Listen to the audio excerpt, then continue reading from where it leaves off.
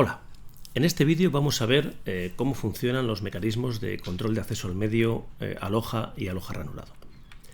Vamos a empezar viendo lo que sería el Aloha simple y vamos a ver un poco cómo surgió este mecanismo de control de acceso al medio. Aloha nace en la Universidad de Hawái en el año 70 y nace para tratar de resolver un problema que tenía esta universidad por la propia estructura de la misma, con un servidor central en una de las islas y varios terminales en otras islas del archipiélago. Cuando uno de los terminales quería enviar datos al servidor central, lo hacía utilizando una frecuencia de radio y el servidor central le respondía si los datos habían llegado correctamente con una ACK. Cuando dos islas, dos terminales enviaban a la vez, lo que ocurría es que las dos señales de radio llegaban al mismo tiempo al receptor y se producía una colisión. Las interferencias impedían que el receptor recibiera correctamente los datos. En ese caso no se enviaba ese ACK y los terminales esperaban un cierto tiempo aleatorio y repetían sus envíos, típicamente primero uno recibiendo el ACK y posteriormente el otro, con lo que ya no había colisión.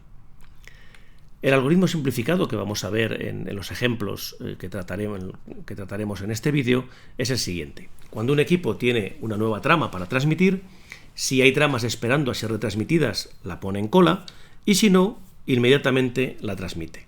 En el caso de que se detecte una colisión, se espera un tiempo aleatorio y se reintenta.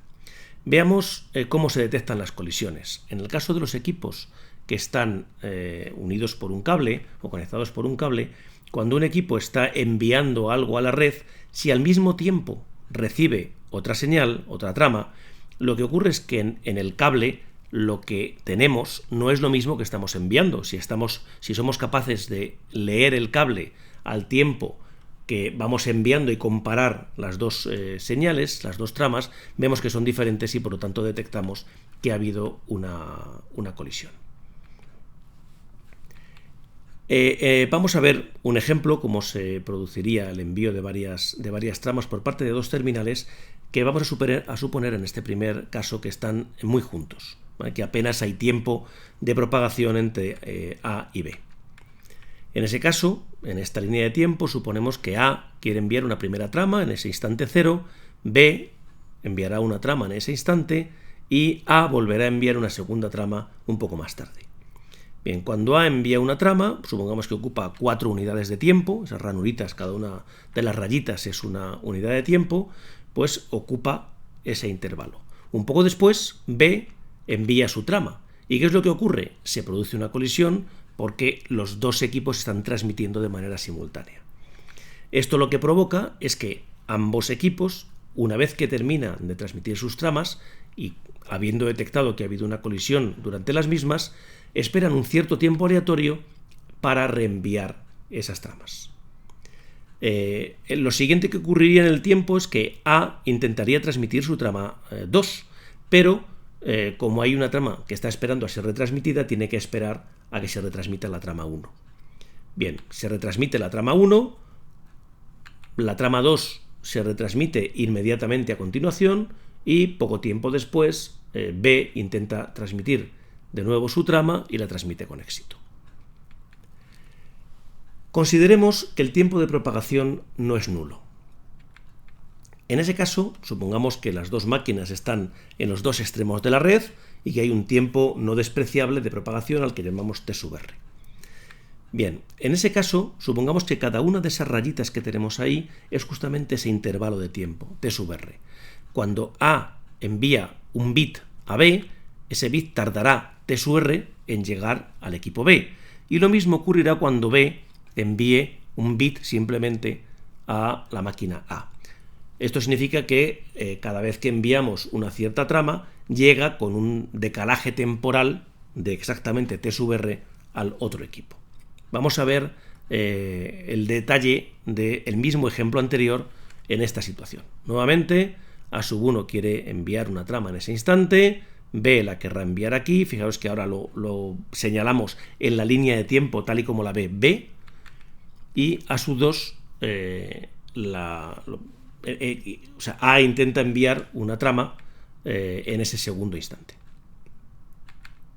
Bien, cuando A envía su primera trama, ocupa las 4 primeras unidades de tiempo, llega con una unidad de tiempo T sub R más tarde a B, porque es el tiempo de propagación, y toda la trama llega pues con ese T sub R de retraso, de manera que al final de la quinta unidad de tiempo termina de recibir la trama A. En un momento determinado, B intenta transmitir su trama y la transmite, porque como no tiene ninguna trama esperando él para transmitir, la transmite. Y eso provoca, como vemos aquí, que se detecten 2 colisiones. Tanto A como B detectan que están transmitiendo al mismo tiempo que están recibiendo cosas diferentes. Esto lo que provoca es que ambos tengan que esperar un cierto tiempo aleatorio para retransmitir sus tramas. Nuevamente, A recibe o tiene la trama 2 lista para transmitir, pero tiene que esperar a que la trama 1 se transmita. Eso es lo que ocurre a continuación. La trama A2, una vez que A termina de transmitir la trama 1, se transmite y B, en este instante, transmite su trama. Pero, nuevamente tenemos una colisión. Aquí es muy importante ver que B detecta esa colisión porque está enviando y recibiendo algo simultáneamente, mientras que A no detecta la colisión. Mientras que A estaba transmitiendo la trama A2, no recibe nada, lo recibe más tarde.